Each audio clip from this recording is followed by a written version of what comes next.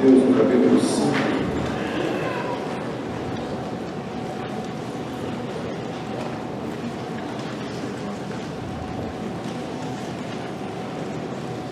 Evangelho de Mateus, capítulo 5, teremos os versos 43 ao verso 48.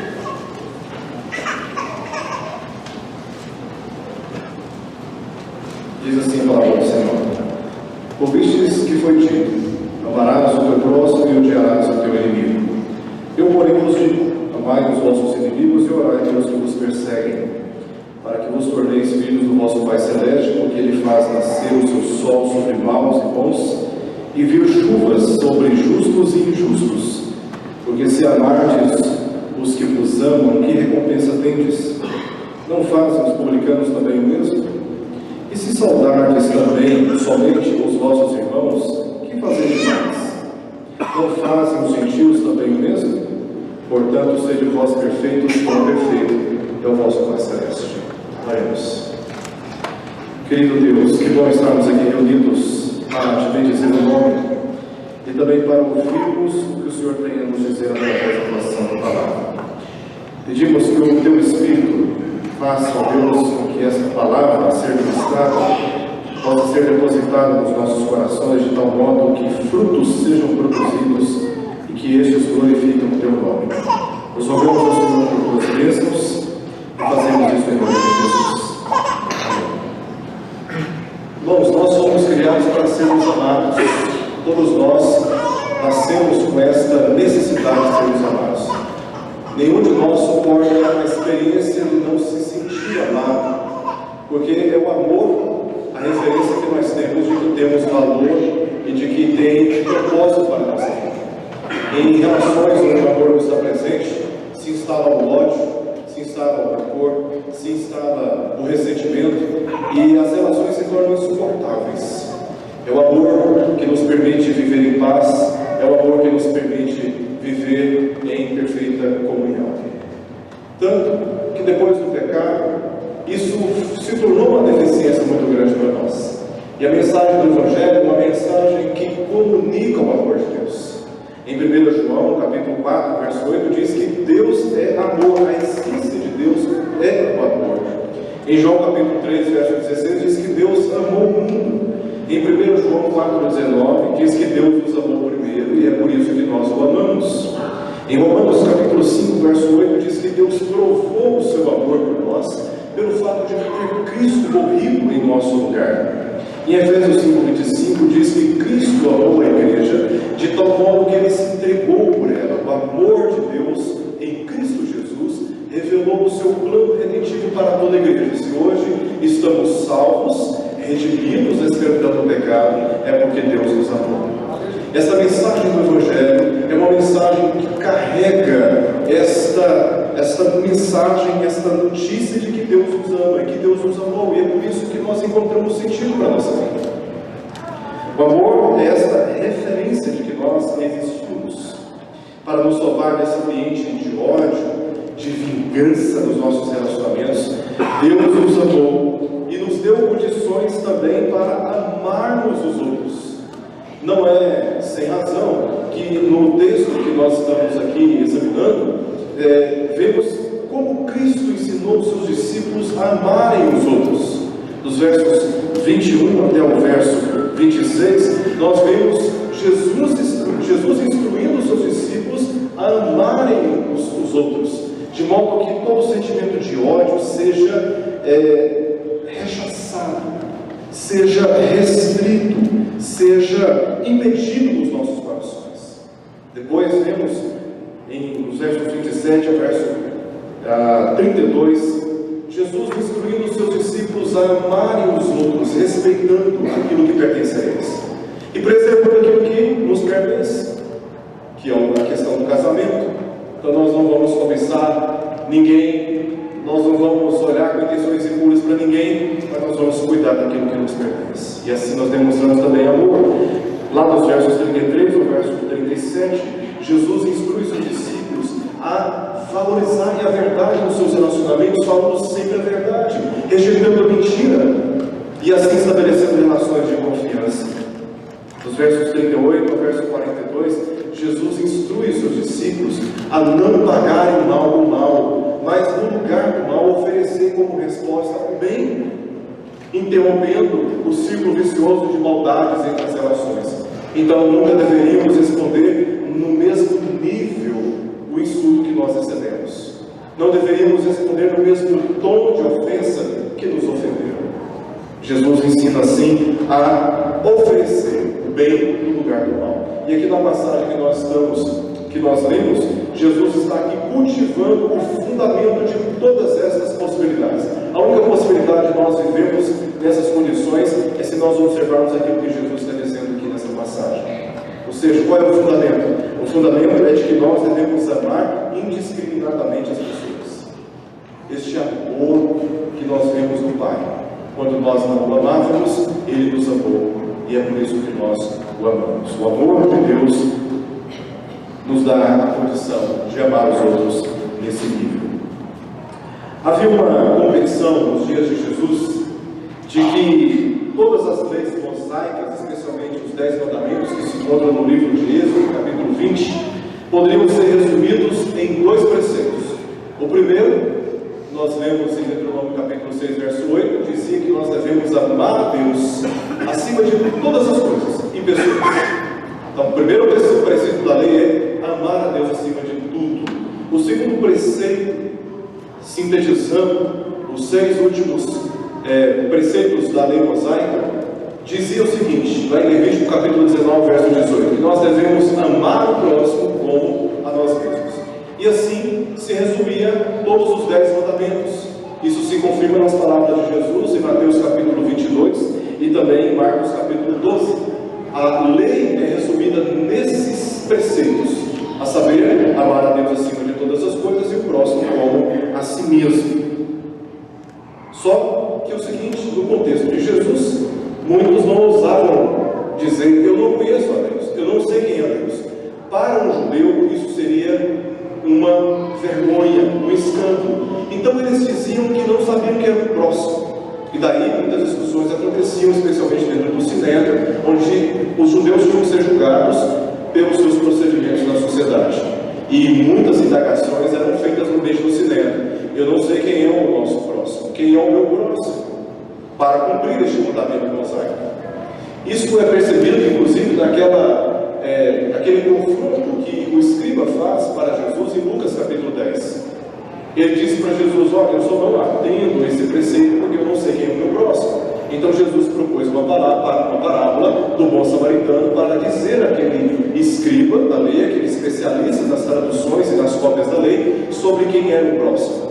Essa discussão fazia parte desse ambiente entre os escribas e fariseus, que inclusive são a respeito deles que Jesus está aqui falando para os seus discípulos, de que deveriam exceder a justiça pela qual eles viviam naqueles dias.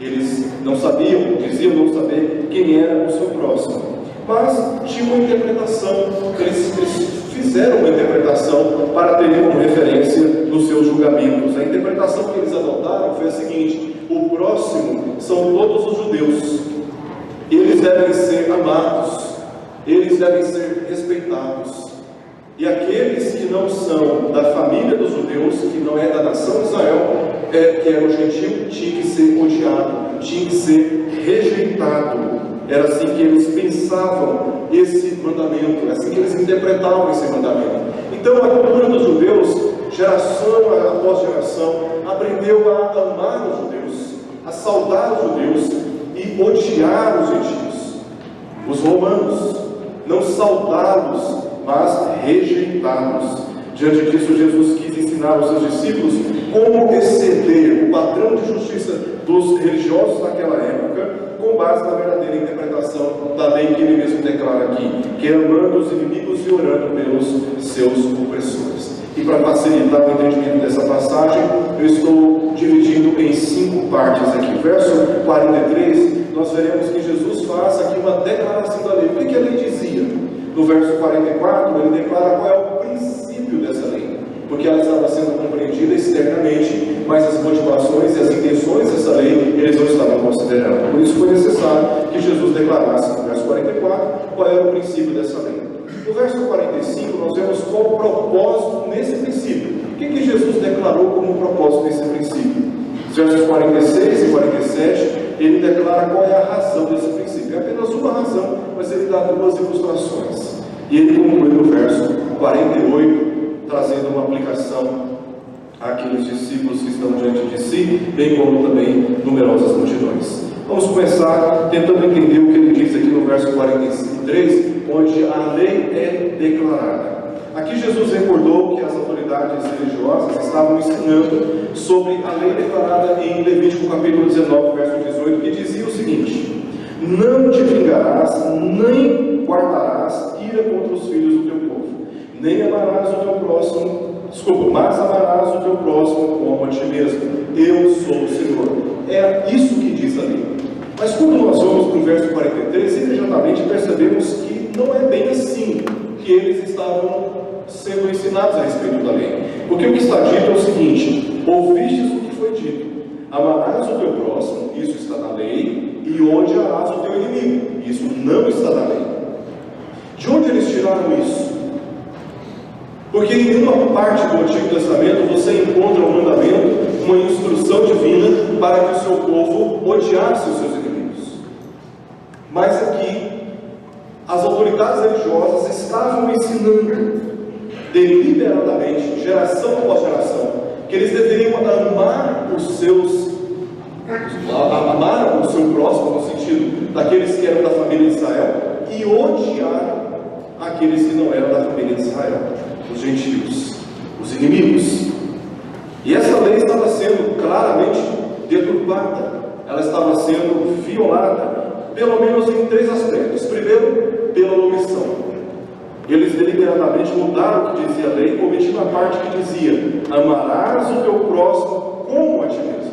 Essa parte, como a ti mesmo, eles não estavam ensinando. Por quê? Porque tal declaração constrangia amar quem não queria amar. Veja como a malícia dessas autoridades era muito patente, muito clara. Eles omitiam essa parte da lei justamente para não serem constrangidos na prática de odiar os seus inimigos, porque eles denunciariam eles mesmos. Então eles omitem essa parte para viverem contra aquilo que a lei estava dizendo. Eles violam essa lei também, restringindo o seu entendimento. Eles reduziram o conceito de amor, insistindo que o próximo era somente o judeu. Por isso excluíam os gentios da possibilidade de serem amados. Alguns chegavam à pretensão de dizer que o próximo, de acordo com a lei, eram os fariseus, eram os escribas e fariseus. E é uma tentativa tão infeliz, porque a lei é muito antes da cultura dos escribas e fariseus. Mas eles diziam: olha, o próximo que a lei diz são os fariseus, nós devemos amar os fariseus. Em outras palavras, eles estavam dizendo para o povo: vocês precisam nos amar e odiar todos os demais. Que coisa absurda! Eles violaram essa lei não pela omissão apenas, não apenas pela restrição, mas também pelo acréscimo. Não apenas haviam omitido uma parte da lei, como também adicionaram a ela a seguinte frase: odiarás o teu inimigo. E isso não é encontrado em nenhuma parte do Antigo Testamento. Eles, por conta própria, adicionaram esta frase à palavra de Deus. E por isso que gerações estavam corrompidas, porque estavam entendendo muito mal. Vamos nos lembrar que nesse contexto, boa parte da população não tinha acesso aos escritos sagrados, somente as autoridades que tinham a habilidade de lerem e fazerem a interpretação delas a fim de ensinar o povo.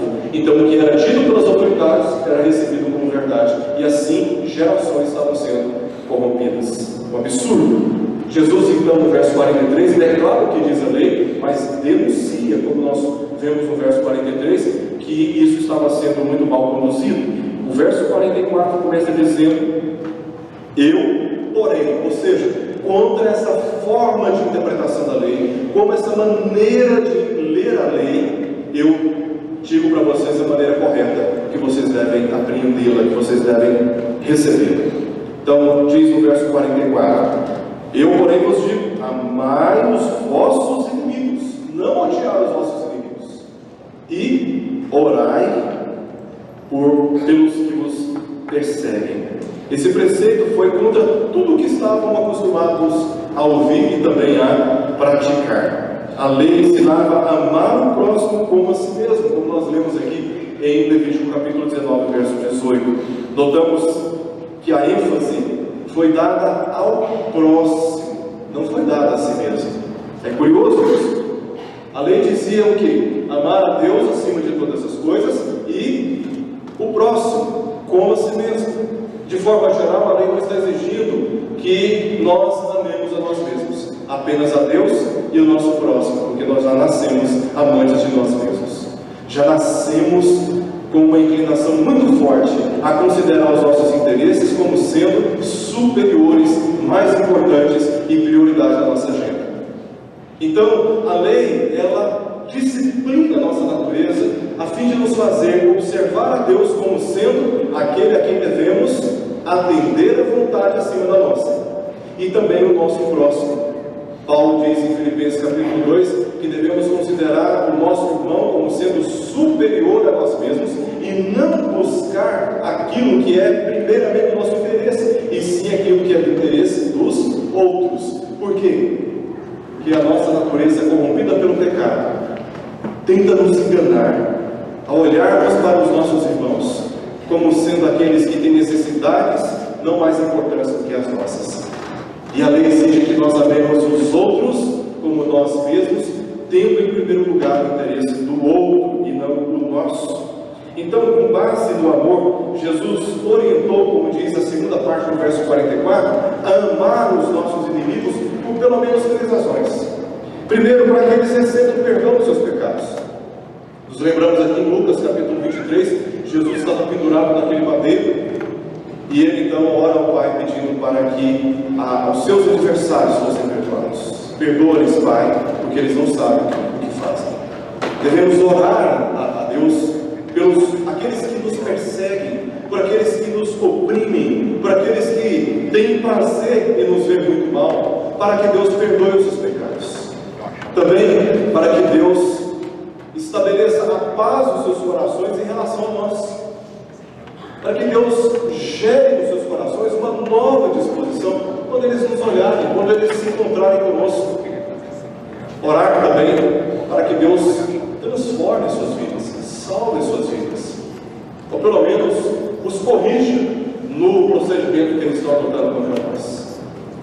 Certamente, aqueles que oram pelos que estão perseguindo, pelos que oprimem, é o primeiro a ser beneficiado por essas orações, porque ele não tem nesses relacionamentos nenhum estímulo ao ressentimento, ao ódio, não tem nenhum estímulo a ser reacionário, a dar uma resposta rápida, precipitada no calor das emoções, porque está constantemente sendo prejudicado, está constantemente sendo ofendido. Então, quando nós oramos para aqueles que nos perseguem, nós somos imediatamente os primeiros a serem os beneficiados, porque a paz é estabelecida nas relações. Em tese, Jesus está ensinando aqui aquilo que ele ensinou na passagem anterior que nós já examinamos: a não pagar o mal com o mal, mas exercer misericórdia. Aqueles que perseguem, que fazem mal contra nós, que tramam contra nós, que conspiram contra nós, que têm prazer em nos ver mal, que estão o tempo todo armando ciladas para puxar o nosso tapete, trazer algum tipo de desvantagem para nós, enquanto disso eles extraem algum tipo de vantagem. Cristo está dizendo: olha, em contrapartida, a resposta que vocês precisam dar a esses é de oração. Vamos nos lembrar que os romanos estavam oprimindo os judeus, explorando os impostos. O Império dizia, por exemplo, em Goiânia vai arrecadar valor X de impostos. Então o Império nomeava um coletor oficial que formava uma equipe e saía coletando impostos das pessoas. Quem não contribuía, quem não pagava, porque tinha uma meta a ser cumprida, quem não pagava os impostos era penalizado. E os judeus se sentiam explorados, injustiçados. E Jesus está dizendo: ore por eles, ore pelas autoridades, ore pelos romanos, ore para que Deus transforme, porque só Deus pode fazer uma mudança nos seus corações. Jesus está ensinando os seus discípulos a exercer misericórdia nas relações. Vamos lembrar aqui também de Jonas. Deus disse para Jonas: vá e pregue à grande cidade de Nínive. Ele se dispôs não para pregar em Nínive, mas para ir para uma outra região, Tarsus, uma região completamente oposta. Então, nós conhecemos bem a história, lá no início do capítulo 3, veio segunda vez a palavra de Deus a Jonas dizendo: vai e pregue a grande cidade de Nínive. Ele resistiu pregar para os seus adversários. A Síria oprimiu o povo de Israel durante séculos, saqueou seus bens, seus grãos, oprimiu o seu povo, praticou toda forma de maldade contra os filhos de Israel. Agora, Jonas, sabendo que Deus é misericordioso e que falar a respeito desse Deus misericordioso poderia levá-los ao arrependimento, ele disse: eu não quero esse bem para o povo de Nínive. E Deus insistiu e o enviou para a cidade de Nínive. Ele foi, pregou, houve um arrependimento nacional. Jonas voltou ao capítulo 4, murmurando porque houve arrependimento dos ninivitas. Então, diante dessa resistência, Deus disse para Jonas: tens compaixão da planta que te não custou trabalho, a qual não fizeste crescer, que numa noite nasceu e numa noite pereceu, e não hei de eu ter compaixão da grande cidade de Nínive, em que há mais de 120.000 pessoas que não sabem discernir entre a mão direita e a mão esquerda, e também muitos animais. Essas são as últimas palavras do livro de Jonas. Qual é a lição de Deus para Jonas? Exercer amor pelos nossos inimigos, exercer amor pelos nossos adversários. Muitas vezes a única maneira pela qual podemos amar nossos inimigos é orando por eles, simplesmente porque não podemos nos aproximar. Toda vez que nós nos aproximamos de determinadas pessoas, nós saímos no prejuízo. Somos ofendidos, constrangidos, somos provocados. Dos nossos corações, a partir desses momentos, pensamentos ruins surgem, ou seja, nós somos muito prejudicados. E Jesus está ensinando: olha, vocês devem orar pelos seus adversários, orar pelos seus inimigos. E a oração, muitas vezes, é o recurso que nós temos diante de relacionamentos tão difíceis. A hostilidade, a animosidade podem ser tão grandes que a oração é a única maneira realmente que temos para cumprirmos este preceito da lei: orar por aqueles que nos perseguem. No verso 25, Jesus declara qual é o propósito dessa prática, daquilo que Ele está nos instruindo. Começa dizendo assim: para que vos torneis filhos do vosso Pai Celeste, porque Ele faz nascer o seu sol sobre maus e bons, e vir chuvas sobre justos e injustos. Jesus declarou aqui o propósito de agirmos assim. Qual é o propósito? É de nos assemelharmos a Deus, como filhos dele. Esse é o propósito de nós agirmos assim. Ele é também odiado, blasfemado, desconhecido na adoração de muitos. Ainda assim, o que o texto diz? Ele faz nascer o seu sol sobre maus e bons, e vir chuvas sobre os justos e também os injustos. Graciosamente Ele dispensa favores sobre todos, inclusive sobre aqueles que são hostis a Ele, que o desprezam, que blasfemam o seu nome, que ignoram a sua palavra. Deus age assim também com seus inimigos, dispensando sobre eles o que nós chamamos de graça comum, bênçãos sem medidas.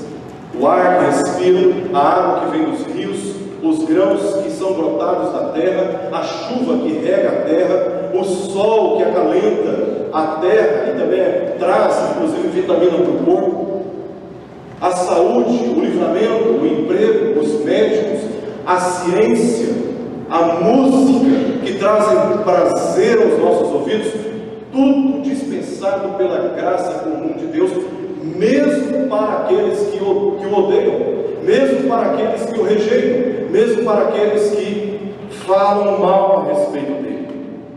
Ele poderia beneficiar somente os justos, mas também beneficia os injustos e também os maus, na sua ignorância, idolatria e desprezo, pelo menos por enquanto. Sabemos que quando Cristo vier, Ele virá com toda a força da sua ira contra os seus inimigos. Mas por enquanto, todos podem usufruir da graça maravilhosa que Ele dispensa sobre a sua criação, porque Ele ama a sua criação.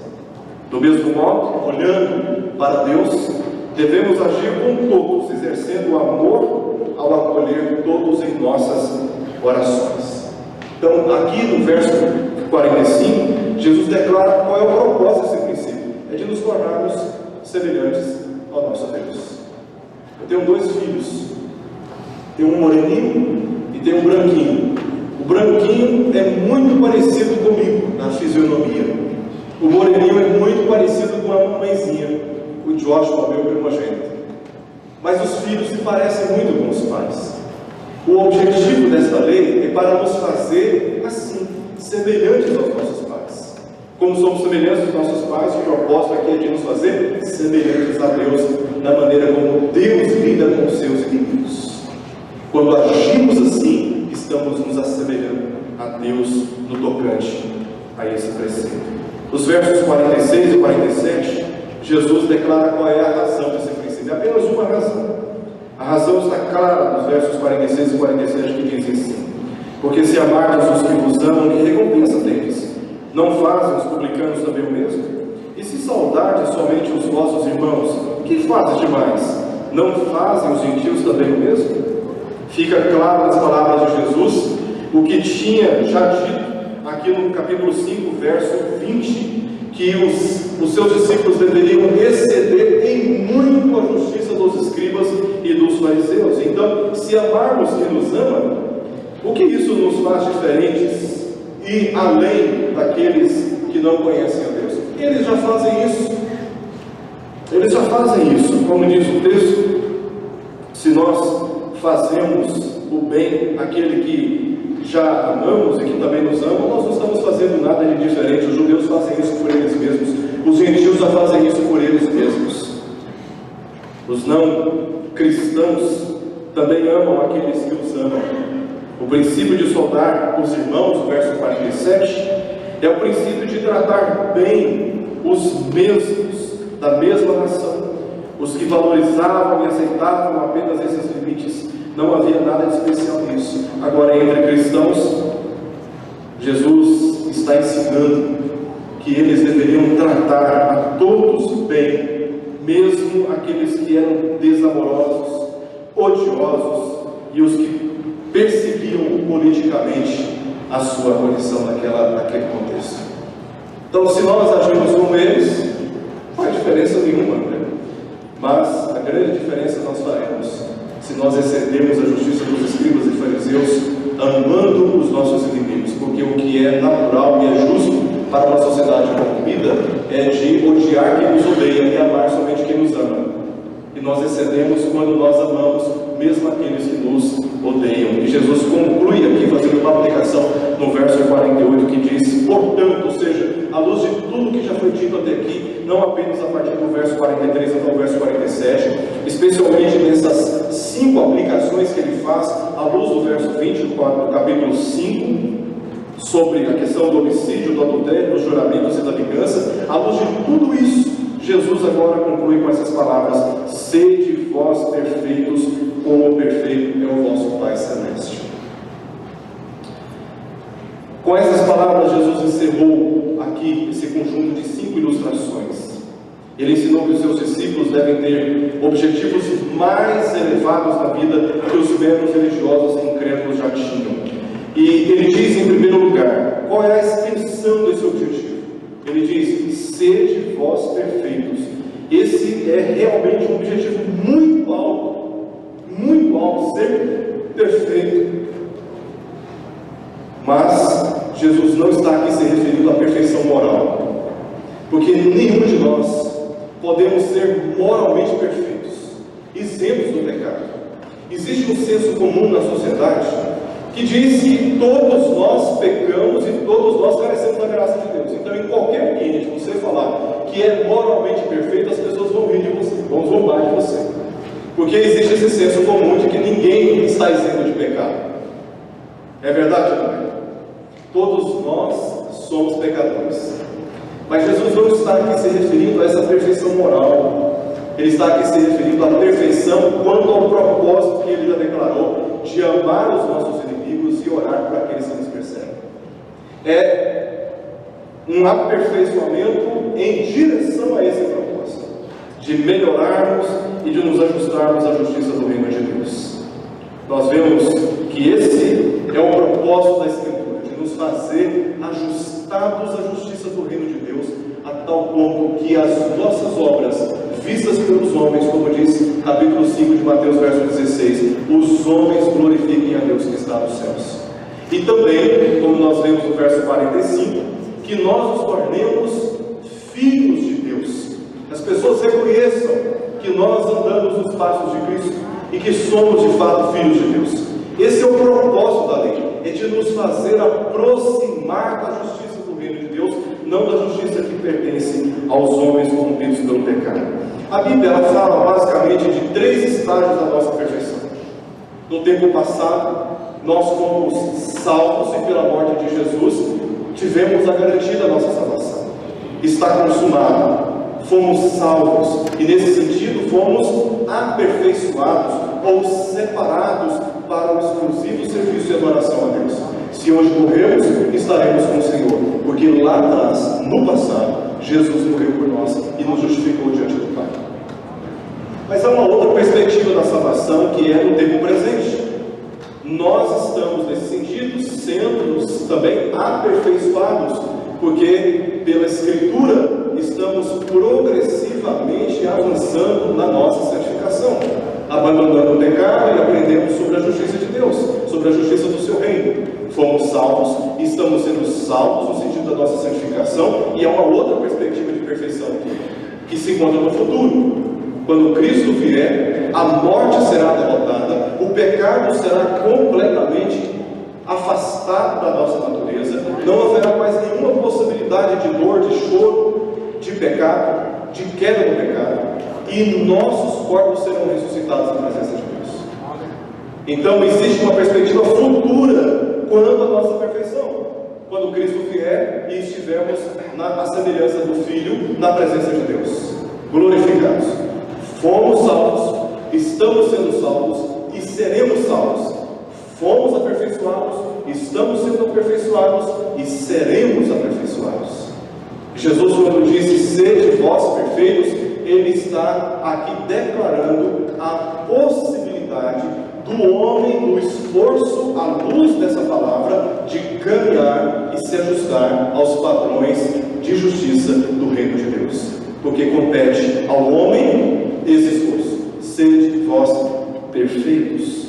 E Ele dá, por fim, o exemplo de perfeição aqui no texto. Na segunda parte ele disse: quão perfeito é o vosso Pai Celeste. Deus é perfeito. Deus é perfeito. Aqui precisamos voltar no verso 45. A perfeição de Deus é testemunhada no verso 45. Ele é odiado pelos seus inimigos, ainda assim Ele faz nascer o sol sobre eles e permite que a chuva os beneficie. Deus é perfeito e a sua justiça é um exemplo para nós. O padrão de justiça de Deus é claro e é diferente daquele que aprendemos com a sociedade corrompida pelo pecado. Nessa sociedade corrompida pelo pecado, que nós vemos assassinato, luxúria, engano e retaliação, como bem ele explicou aqui nos versos anteriores. Obviamente, essas características não pertencem a Deus. Deus é perfeito em todo o seu ser. Ele não reduz os seus padrões para receber o homem. Pelo contrário, exigiu e exige que todos andem em conformidade com a justiça, com a misericórdia e com a fé, como mais adiante ele vai dizer no capítulo 23. Então nós temos aqui a extensão, sede vós perfeitos, e o exemplo como perfeito é o vosso Pai Celeste. E para concluir, quero trazer 3 conselhos à luz de tudo que vimos aqui para todos nós. Em primeiro lugar, amar nessa passagem não nos ensina a tolerar o pecado dos outros, mas orar para que Deus faça nos seus corações o que não podemos fazer por nossas vinganças. Ao invés de nos vingar daqueles que nos perseguem, devemos orar por eles, porque Deus tem acesso aos corações, algo que nós não temos. Se alguém está te ofendendo, se alguém está te tratando mal, se alguém está te perseguindo, ore por eles. Ore por eles. Não há nenhum poder na oração, mas há muito poder naquele que ouve a oração. Deus é poderoso para transformar corações. Deus é poderoso para transformar relacionamentos. E Ele, mais do que qualquer outra pessoa, é extremamente habilidoso para fazer isso. Então vá até Ele, ore e peça para que Deus mude as disposições dos corações daqueles que nos odeiam. Não falam isso abertamente, mas demonstram isso da maneira como olham e nos tratam. Ore por elas, ore por elas, ore por essas pessoas. Em segundo lugar, também fazer mais em nossos relacionamentos do que os não crentes já fazem. Que coisa horrível, né? É nos assemelharmos àqueles que não conhecem a Deus, mas nós não somos, estamos de passagem. Como diz o apóstolo Paulo, a nossa pátria está lá no céu. É para lá que nós estamos caminhando, é lá que nós estaremos, e é para lá que nós vamos. Nossos padrões são mais altos, são mais excelentes. Se um odeia o outro que o odeia, nós vamos fazer diferença nesse meio. Eu me lembro uma vez, lá nos Estados Unidos, nós morávamos numa região boa lá em Atlanta, e aí mudamos para um lugar mais barato, depois nos arrependemos. Fomos para uma região de latinos e de negros, e no sul lá dos Estados Unidos. E aí nós, morando lá, eu resolvi cortar meu cabelo ficou um pouco grande, e fui numa barbearia. Peguei a minha baixinha para me fazer companhia e fui até lá. Cheguei lá, quando eu abri a porta, só nele. Eles olharam com aqueles olhares que nos incomodaram muito. Eu me senti o pior do ser humano. Não era por mim, é porque minha baixinha estava comigo, branquinha. E coisa de cultura lá, do povo americano lá, né? Mas era a única branquinha, e para eles era uma ofensa, né? Um negro andando com uma branca. Eu fiquei tão constrangido na hora, me sentindo ameaçado, porque eles pararam, ficaram olhando para nós na porta, dei uma disfarçadazinha ali, saí e fui procurar outro lugar para cortar o cabelo, né? E depois nós mudamos essa região e fomos para um outro condomínio só de brancos, porque era um ambiente em que nós nos sentimos assim, muito discriminados, né? Eu andava naquela região, eles passavam por mim e me cumprimentavam. Eu sou um negão, né? Graças a Deus, tenho orgulho da minha raça, sou um negão. Mas a minha baixinha é muito branquinha. E eles passavam por mim, me cumprimentavam, conversavam, mas ignoravam e tratavam ela mal. Eu falei, aqui não dá para a gente ficar aqui, vamos para um outro lugar. Jesus nos ensina a agir acima desses padrões de sociedade. É muito terrível quando nós nos sentimos discriminados. É muito terrível quando nós nos sentimos rejeitados por causa da cor da pele. Ninguém deveria passar por isso. Ninguém deveria passar por isso. Essa é uma sociedade corrompida pelo pecado. E aqui Jesus está nos ensinando a agir acima desses padrões de sociedade que existem aqui fora. E também a buscar o crescimento da nossa maturidade, agindo na contramão dos valores deste mundo, mesmo com as indisposições do nosso coração que é inclinado pelo ressentimento. Buscar a nossa santificação. Só crescemos se agimos contra a nossa própria natureza, como diz Paulo em 1 Coríntios capítulo 10, esmurrando o nosso corpo e o reduzindo à escravidão, para que, tendo pregado a outros, não sejamos nós também reprovados. Temos que agir na contramão, inclusive, da nossa própria natureza. A nossa natureza é indisposta a amar quem não nos ama. E precisamos reforçar, cobrar de nós, agir na contramão da nossa natureza e dessa sociedade pecaminosa, porque Deus nos amou quando nós não amávamos, e Ele é exemplo daquilo que precisamos praticar nas nossas